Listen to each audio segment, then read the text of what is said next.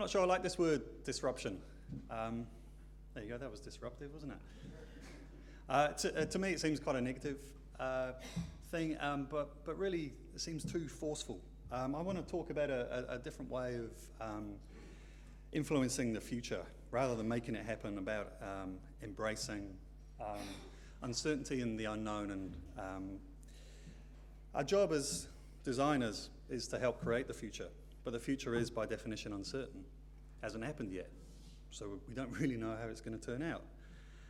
But one thing's for certain, that the future probably won't be what we think it's going to be. That yes, things are going to change, and the nature of those changes seems to be getting increasingly difficult to predict. The links between cause and effect are getting just ridiculously complicated. The intertwined issues, such as housing affordability, everyone's been talking about that for years. No one's actually solved it yet. Climate change and community well-being, they can't be solved by traditional thinking, and I think this is where we're going wrong. Old organisational and professional models separate the problem into constituent parts in order to solve it, but that all loses sight of the big picture. Design thinking, however, embraces complexity and uncertainty. We live in a world, design thinkers live in a world made up of shades of grey. We're comfortable blurring the lines and exploiting the tension between things. We search for ways to unify competing interests. So as designers, we're forced to face ambiguity on every single project we do. We need to get comfortable with being uncomfortable. So how do we learn to embrace uncertainty? Oh, can we press the button on the thing? I forgot to. Thanks. That's cool. I don't need to touch it now, hopefully. I want to talk a little bit about my own story, then the journey that Isthmus are on, and finish with the importance of always keeping an open mind. I'm Welsh, not proper Welsh. I grew up at the very edge of suburbia. My dad was a tax inspector, my mum was a secretary. I lined up my Matchbox cars along the skirting boards. I watched houses get built on the cow fields behind us. I rode my bike in circles around semi-detached streets. As a teenager, I solved the Rubik's Cube, studied maps, and sailed on the local reservoir.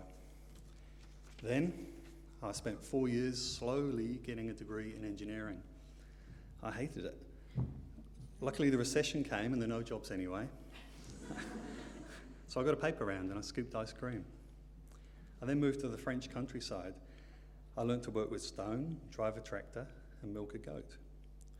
I bought an old car and drove it across Europe to Greece, where I spent 2 years teaching English, playing backgammon and eating lots of fish. I went back to Cardiff and signed on the dole. I got a job crewing a 16th century sailing ship. We narrowly survived a storm off the coast of Ireland. That's where I met a Kiwi girl. I went to work in the French Alps. She went to work in Japan. I snowboarded until there was no more snow. Then I got a job as a sailing instructor. The Kiwi girl and I met up again. We made exciting plans and we got boring jobs. We saved up for adventures, but I used my money to go back to university and study landscape architecture. I loved it. I got a job in a small studio in rural Wales, working on big projects in the cities. I worked with people who inspired me. I got married and we moved to New Zealand. I became an academic. I spent my time teaching, researching, and a bit of practice. We bought a house, had 3 children. I quit the university to start my own practice. Then I got a better offer. I joined Isthmus. Life is complicated, unexpected, and unpredictable. I never had a plan. I just made the most of the opportunities at hand. Isthmus was founded in 1988 by 4 Lincoln graduates. They all had an attitude. They didn't want to work for anybody else, so they rented a garage behind the fire station in Remuera and started their own practice. The NZILA wrote them a letter asking them to cease and desist for fear that these young upstarts would bring the whole profession into disrepute. You can imagine the effect that had, and this course only strengthened their resolve. The guys weathered the recession by taking second jobs, pumping gas, working in other places, and leaning on their partners and on their family for money.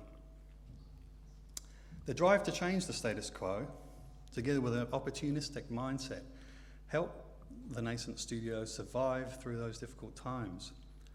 And then, slowly, the studio began to thrive.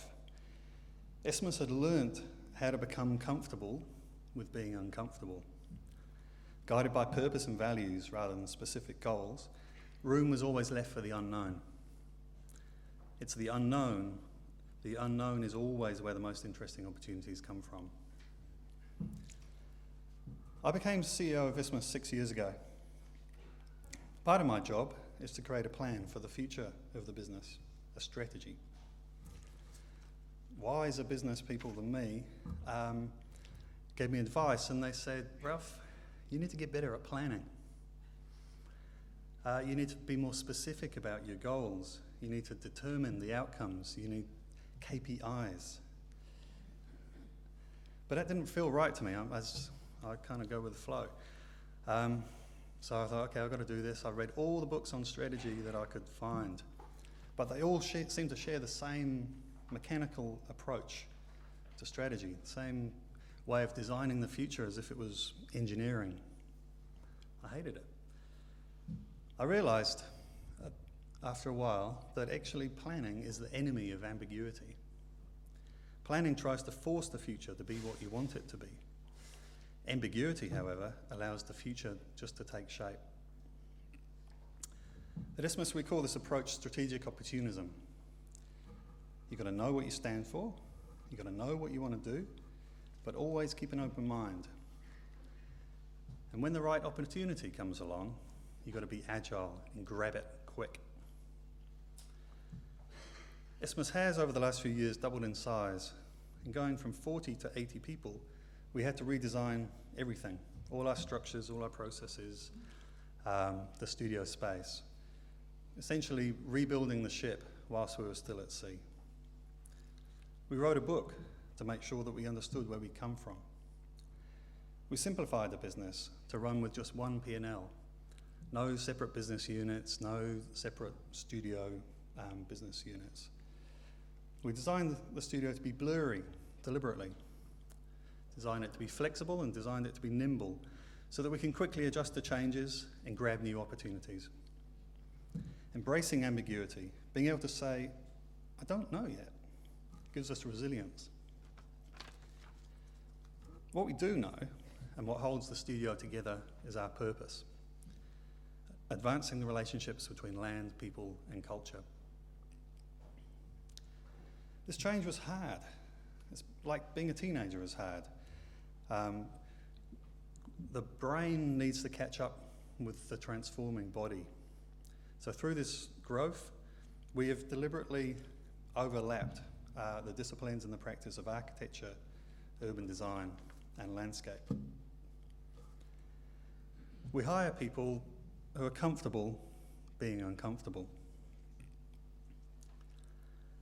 Last year, I finished our strategic plan. After many workshops, we agreed what we wanted to do. But the A4 document I've been developing, following all the advice in those books, just didn't seem to capture the excitement or the vision that came out of our workshop sessions. The plan felt lifeless and boring somehow. It wasn't wrong, but I didn't like it. So one weekend I took a risk. I decided to start all over again. There's nothing like a deadline to focus the mind. I think there was a board meeting on the Tuesday. Decided to do this on the Saturday before. I got a big blank sheet of paper and I started to redraw the strategy and try and capture it on that one piece of paper. And what came out was a map. I started to draw the strategy as a map.